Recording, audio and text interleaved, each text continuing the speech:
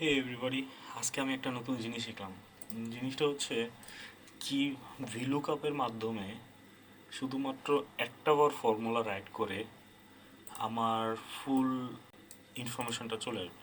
Normally আমার suppose আমি এখানে কপি আইডি একটা লিখতে চাই।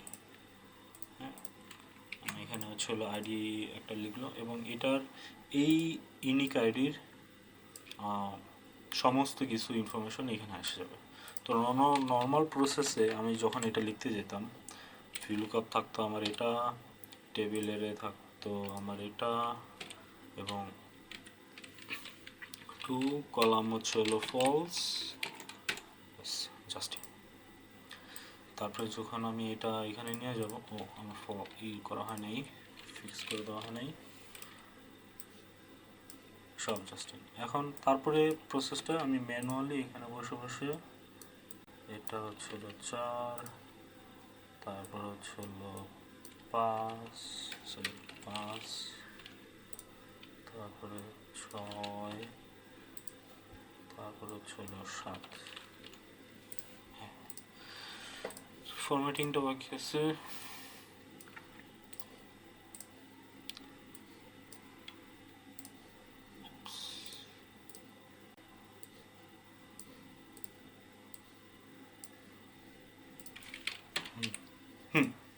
তো বেসিক্যালি এরকম লিখতে হতো আমার, পেইনস্টেকিংলি ম্যানুয়ালি এই ডিজিটাল কলাম নাম্বারটা চেঞ্জ করতে হতো। কোর্সে আমি জাস্ট শুধু চেক করে নিচ্ছি যে আমার ফর্মুলা রাইট করে কিনা। হ্যাঁ, ব্যাস, আমার ফর্মুলা ওয়ার্কিং। তো এখন এইটা সময় লাগে। কীভাবে, এখানে যদি আরও কয়েকটা যদি কলাম থাকতো, তাহলে আমাকে ম্যানুয়ালি এখানে 8, 9, 10, 11, 12, 13, 14, 15, 16, 17, 18, 19, 20, 21, 22, 23 এভাবে করে লিখে যেতে হতো। তো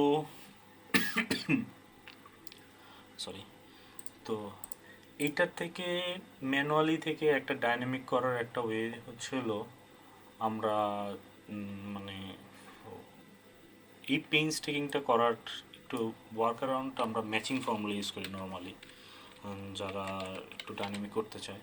তো ম্যাচিং ফর্মুলাটা এরকম হয় যে ফার্স্ট আমি এটা এখান থেকে খুঁজে এক্স্যাক্ট ম্যাচ। আচ্ছা, সমস্যা নেই। +1 ব্র্যাকেট ক্লোজ, এখানে আমি দিই জিমস। ব্যাস, হয়ে গেল।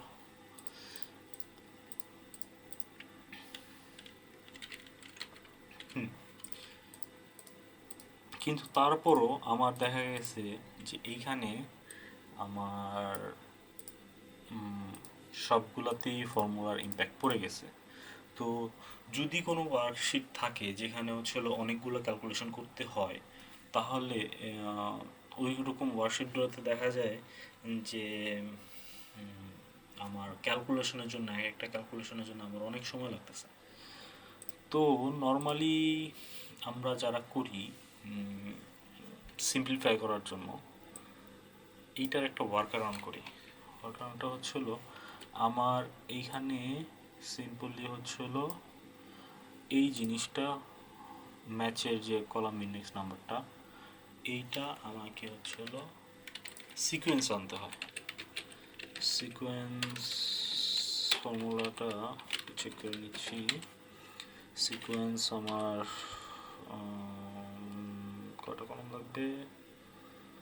6টা কলাম লাগবে। স্টার্ট হবে 2 থেকে। যদি জেনারেল ফর্ম দিই 2, 3, 4, 5, 6, 7, বেশ হয়ে গেল। আচ্ছা, তো এই জিনিসটা আমি এখানে বসাতে পারবো। এই পার্টটুকু যদি আমি এখানে বসায় দিই,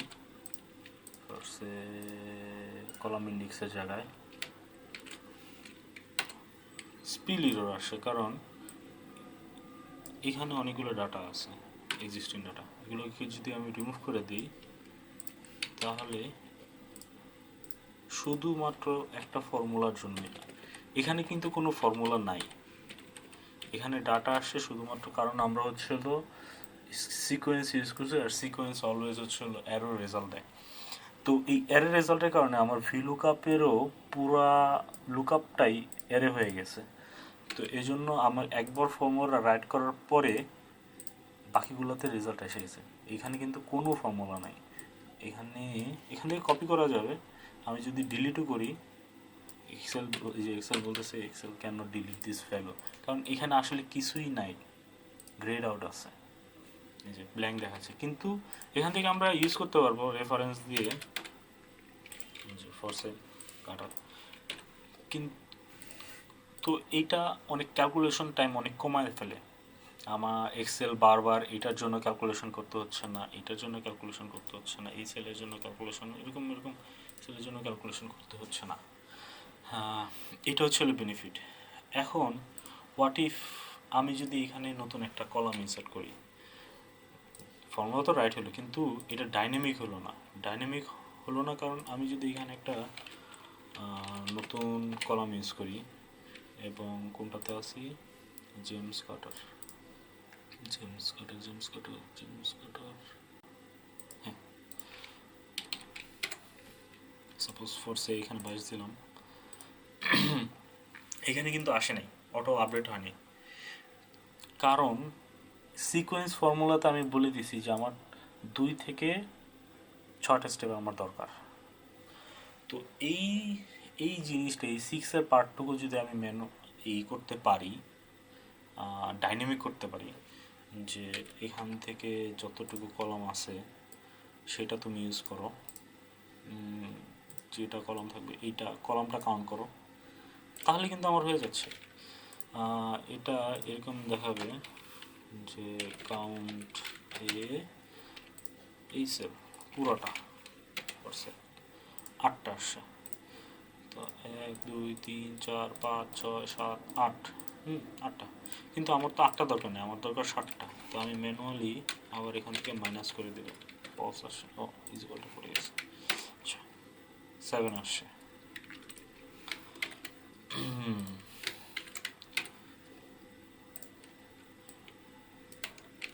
এই পার্টটা যদি আমি এখানে এই 6 পার্টের এখানে যদি বসায় দিই, আমার হোল জিনিসটা ডাইনামিক হয়ে গেছে। এখন আমি যদি এখানে অন্য কোনো ইনফরমেশন ইউজ করছে 1000 যদি হয় করছে বোনাস,